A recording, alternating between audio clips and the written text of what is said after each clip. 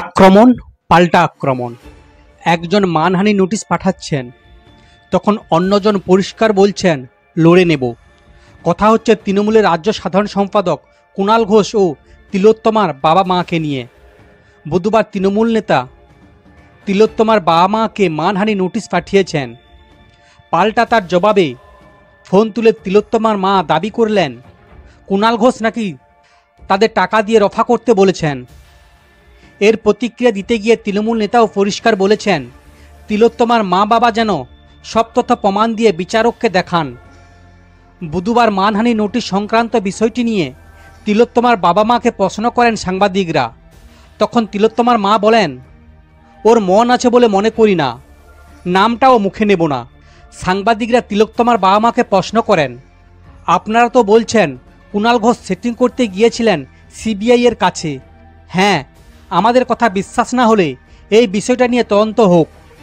এরপর তিলোত্তমার মা বলেন, আমাদের সঙ্গে উনি টাকা দিয়ে ব্যাপারটা রফা করার চেষ্টা করেছিলেন, আমাদের বাড়িতে আসেননি, তবে বলেছিলেন আপনাদের এত টাকা দিচ্ছি, ব্যাপারটা মিটিয়ে নেবেন। এরপর নিজের ফোন বের করেন তিলোত্তমার বাবা। তিনি একটি হোয়াটসঅ্যাপ চ্যাট বের করেন। সংশ্লিষ্ট চ্যাটে দেখা যায় নাম লেখা টিএমসি কুণাল ঘোষ। সেই চ্যাটটি সাংবাদিকদের দেখান তিনি।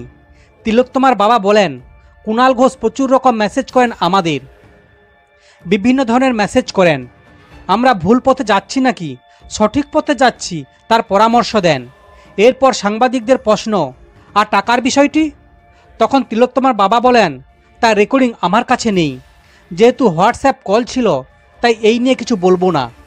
এরপর তিলোত্তমার মা আবার বলেন, উনি আমাদের যেসব কথা বলেছেন, আমাদের একমাত্র মেয়ে চলে গেছে, আমাদের চোখের জল দেখে না, যেই সব কথা বলছেন তার আইডিয়া নেই। এরপর একটি ভিডিও দেখান, তারপর বলেন এই ভিডিওটা দেখিয়ে ওর বিরুদ্ধে যা ইচ্ছা ব্যবস্থা নিতে পারি। আসলে ওর জ্ঞান আমরা শুনতে চাই না। তিলোত্তমার বাবা বলেন, মাঝে মধ্যে ফোন আসতো, মেসেজ আসতো। তিলোত্তমার মা বলেন, আমাদের খালি মেসেজ পাঠাতো, ফোন করতো। আমি আমার স্বামীকে বলেছিলাম এর মতো লোকের ফোন ধরা দরকার নেই। এরপর বিষয়টি নিয়ে প্রতিক্রিয়া দেন কুণাল ঘোষ। তিনি বলেন, তিলোত্তমার বাবা আমায় আক্রমণ করেছেন, বলেছেন আমি নাকি ফোন করে করে রফার চেষ্টা করতাম। কতটা মিথ্যা বলতে শেখালে এতদিন পর এটা বলেন? আপনার কাছে সমন যাবে, কোর্টে এসে দয়া করে এগুলো একটু মাননীয় বিচারককে দিন। এইভাবে না দেখিয়ে প্রিন্ট আউট করে সাংবাদিকদের দিন, সবাই দেখুক কুণাল ঘোষ তিলোত্তমার বাবা মাকে কী লিখেছিলেন। এগুলো নিয়ে রহস্য বাড়ানোর চেষ্টা করবেন না। আমি যা যা লিখেছি আপনার ফোনে যা আছে, বিচারক সংবাদ মাধ্যমকে দিন, সোশ্যাল মিডিয়ায় দিন।